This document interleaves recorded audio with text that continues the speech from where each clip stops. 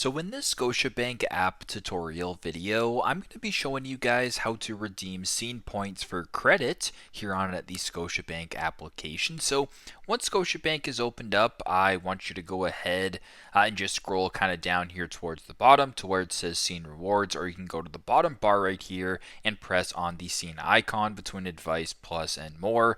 But we're just going to go ahead here and press on scene rewards. Once you're on this page right here, it'll go ahead and show you your points balance for how many scene points you have and where it says ways to redeem credit. Now in my case, I can redeem up to $30 for 4,500 points. I'm going to go ahead and select on that. It will then bring you to the Scene Plus app. So right here it says to spend your points on credits. So you can go ahead here where it says redeem total. So in my case, I would be redeeming 3,000 points for $30 worth of credit. And if you want to go ahead, simply go to the bottom and press continue, and it'll add some credit to your credit account. So very simple, very straightforward. That is how to redeem scene points for credit here on the Scotiabank application. Thanks again for watching, and I hope this video helps.